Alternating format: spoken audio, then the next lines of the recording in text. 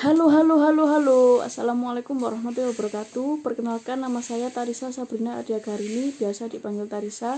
Saya merupakan mahasiswa baru jurusan Biologi, Fakultas Sains dan Teknologi, Universitas Islam Negeri Maulana Malik Ibrahim Malang. Nah, di sini saya akan menjelaskan materi yang ada di hari 1 dan hari 2. Khususnya ada 2 materi pada hari 1 dan 4 materi pada hari 2. Materi 1 pada hari 1, yaitu dengan judul Profil, Visi, dan Misi Universitas Islam Negeri Maulana Malik Ibrahim Malang yang telah dijelaskan oleh Profesor Dr. Haji M. Zainuddin MA. Yang pertama adalah visi.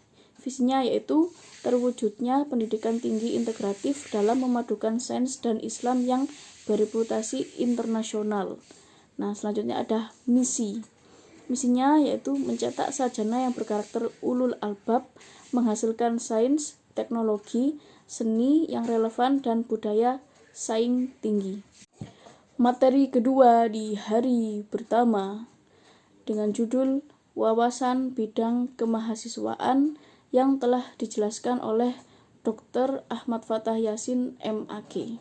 Jadi menurut beliau itu mahasiswa UIN harus memiliki kemampuan berpikir secara ilmiah, yaitu harus ada dasarnya yang dilandasi oleh ilmu pengetahuan dan ilmu agama. Nah, selain mengikuti organisasi dan UKM, kita juga harus aktif untuk berinovasi dan mengikuti lomba-lomba. Nah, kenapa nih? Kan kupu-kupu enak nih, kuliah pulang. Nah, tapi tidak bisa guys, kalau di UIN ini ada yang namanya SKKM atau Satuan Kredit Kegiatan Mahasiswa.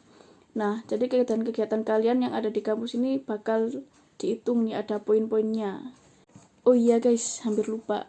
Ternyata di UIN ini juga memberikan fasilitas bagi para mahasiswa agar lebih semangat dan kreatif dan inovatif dalam mengejar cita-cita, yaitu UIN Maulana Malik Ibrahim Malang telah memberikan fasilitas fast track ke S2. Oke, selanjutnya saya akan menjelaskan 4 materi yang ada di hari kedua. Yang pertama ada DEMA. DEMA ini merupakan organisasi intrakampus dan merupakan lembaga eksekutif di tingkat universitas. DEMA ini bertugas untuk mengordinasikan dan organisasi mahasiswa, selanjutnya menciptakan dan melaksanakan proker yang telah disepakati oleh SEMA, dan lain-lain. Nah, di DEMA ini ada beberapa departemen guys. Departemen yang pertama adalah Departemen Dalam Negeri. Departemen Dalam Negeri ini bertugas untuk mengordinasi di lingkungan internal kampus UIN Maliki Malang. Nah, yang kedua ada Departemen Luar Negeri. Departemen Luar Negeri ini bertugas untuk mengkomunikasikan antara lembaga internal di UIN dan di luar UIN. Selanjutnya, yang ketiga ada Departemen Sosial, Hukum, dan Politik. Departemen ini bertujuan untuk mengembangkan atau mengkaji perihal sosial, hukum, dan politik. Selanjutnya, departemen keempat yaitu Departemen Agama. Departemen Agama ini bertujuan untuk mengintegrasikan antara sains dan agama. Harus balance, guys. Nah, yang kelima ada Departemen Pengembangan dan Kreativitas. Departemen ini bertujuan untuk memberikan pengembangan berupa langkah-langkah yang kreatif agar tujuannya tercapai. Nah, selanjutnya yang keenam ada Departemen Komunikasi dan Informasi yang bertujuan untuk mempublikasikan suatu informasi. Oke, selanjutnya materi yang kedua yaitu SEMA. SEMA merupakan lembaga legislatif yang bertugas untuk mengorganisasi DEMA, UKM, dan HMJ. Fungsi SEMA antara lain yaitu advokasi, legislasi, pengawasan, dan penganggaran. Nah, di SEMA ini juga ada komisi-komisi guys. Komisi di SEMA ini ada 4, yaitu yang pertama Komisi A, bertugas di bidang advokasi dan hukum, Jadi kalau misal kita mau tanya-tanya tentang kuliah, UKT, atau fasilitas, kita bisa ke bagian advokasi ini guys. Nah yang kedua ada komisi B yang bertugas di bidang organisasi kemahasiswaan. Selanjutnya yang ketiga ada komisi C yang bertugas di bidang administrasi dan keuangan. Nah biasanya menetapkan peraturan administrasi yang nantinya akan disebarkan melalui DEMA dan HMC. Yang keempat ada komisi D, bertugas di bidang informasi dan komunikasi. Jadi tugasnya itu mempublikasikan suatu informasi. Nah, selanjutnya ada materi ketiga pada hari kedua PBAK yang berjudul UKM, Unit Kegiatan Mahasiswa. UKM yang pertama adalah Menwa atau Resimen Mahasiswa. UKM ini berasaskan Pancasila dan Undang-Undang Dasar Negara Republik Indonesia guys. Jadi ini cocok buat kalian yang mau masuk tentara, ini sangat cocok. Nah, yang kedua ada UKM Pramuka. Tapi kalau di sini ada pramukanya itu mempunyai program kerja guys. Yang pertama ada Anjang Sana, selanjutnya Kemah Wirakarya, Temu Alumni, dan Musyawarah Pandega.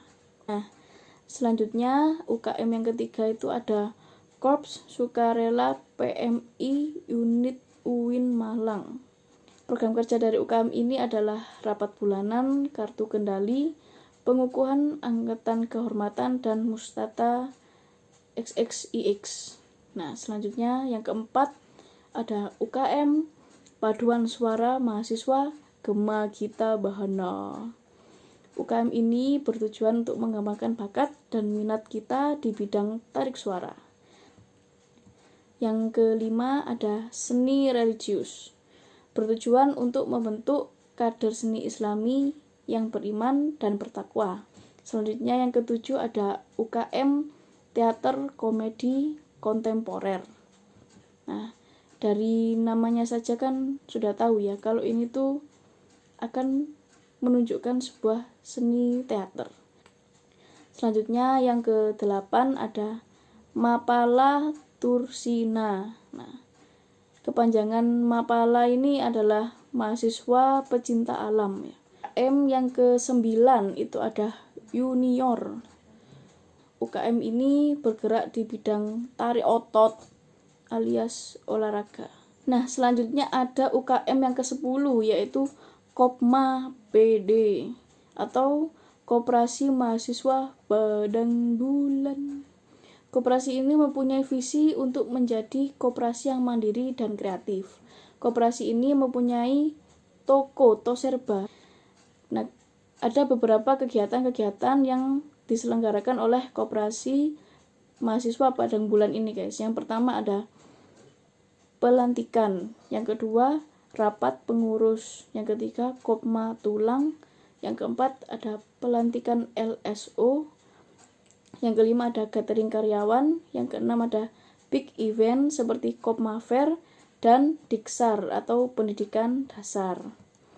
Nah, untuk UKM yang ke-11 ini ada UKM Komus.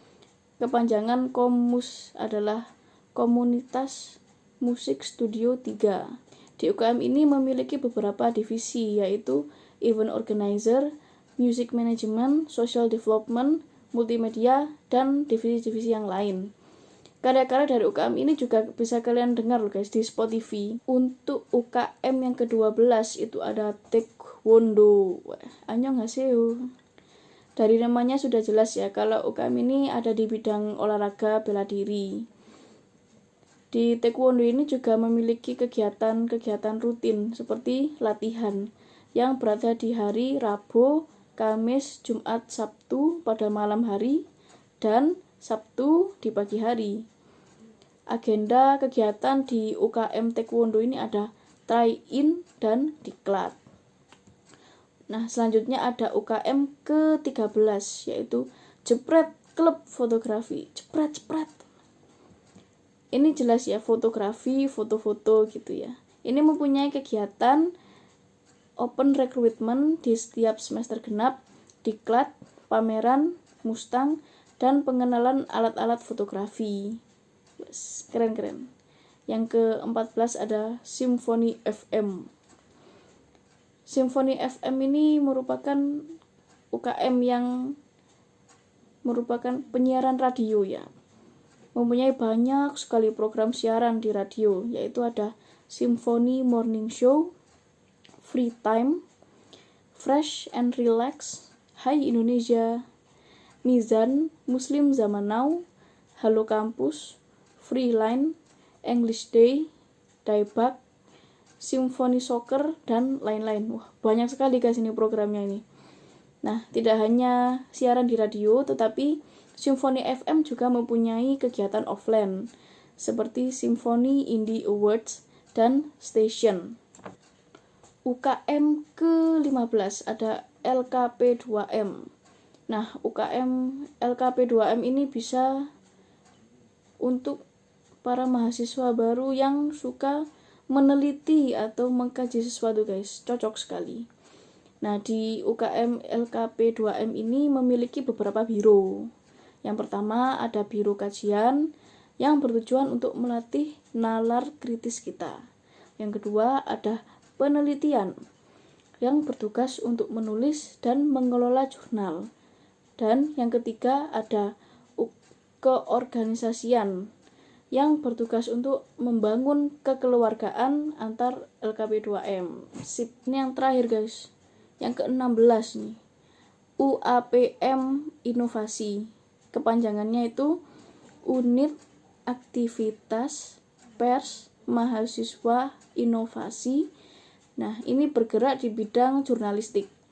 Ini mempunyai banyak produk ya, banyak karya. Yaitu ada beberapa artikel yang ada di website, ada Q-Post atau koran tempel.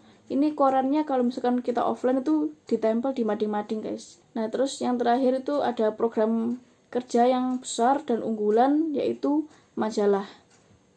Oke, ini ada materi keempat alias materi terakhir pada tugas PBAK kali ini ya. Semangat. Materi yang selanjutnya ini yaitu Kebangkitan Bangsa Menuju Indonesia Tangguh. Nah, materi ini dijelaskan oleh Bapak Hasanuddin Wahid. Nah, menurut beliau ini kunci mengendalikan pandemi COVID-19 ini ada dua, yaitu yang pertama adalah vaksin, dan yang kedua ada patuh protokol kesehatan. Nah, ini penting guys, karena protokol kesehatan di Indonesia itu sering diabaikan ya, jadi kita harus tetap mematuhi protokol-protokol kesehatan 5M guys. Nah, tapi beliau tuh menjelaskan ada 6 komponen penting yang saling berkesinambungan, itu yang disebut hexahelix. Hexahelix ini meliputi komunitas atau organisasi masyarakat, pebisnis, media massa, pemerintah, partai politik, dan akademisi universitas. Nah, menurut Bapak Hasanuddin ini juga terdapat 3 kekuatan untuk mengubah dunia, yaitu kemajuan teknologi, agama, dan pasar. Bapak Hasanuddin itu juga menjelaskan peran dan peluang mahasiswa Universitas Islam Negeri yang harus kita kejar guys. Yang pertama adalah arus utama pengembangan teknologi digital. Nah, yang kedua ada link and match dengan sektor industri. Nah, yang ketiga ada menjadi kekuatan socio-teknopreneur. Nah, yang terakhir yang keempat ini ada epicentrum ajaran agama yang inklusif. Nah, di mahasiswa ini juga harus menjadi generasi unggul, yaitu dengan mengagungkan moral dan spiritual, menyukai ilmu pengetahuan, dan memiliki kecerdasan digital. Lalu ada yang terakhir, kepedulian sosial masyarakat. Nah, itu penting banget guys, kita harus mengembangkan itu semua. Nah, itu dia guys, rangkuman materi 2 hari yang dijadikan satu video, yaitu ada 2 materi di hari pertama dan 4 materi di hari kedua. Terima kasih sudah menonton video saya. Wassalamualaikum warahmatullahi wabarakatuh.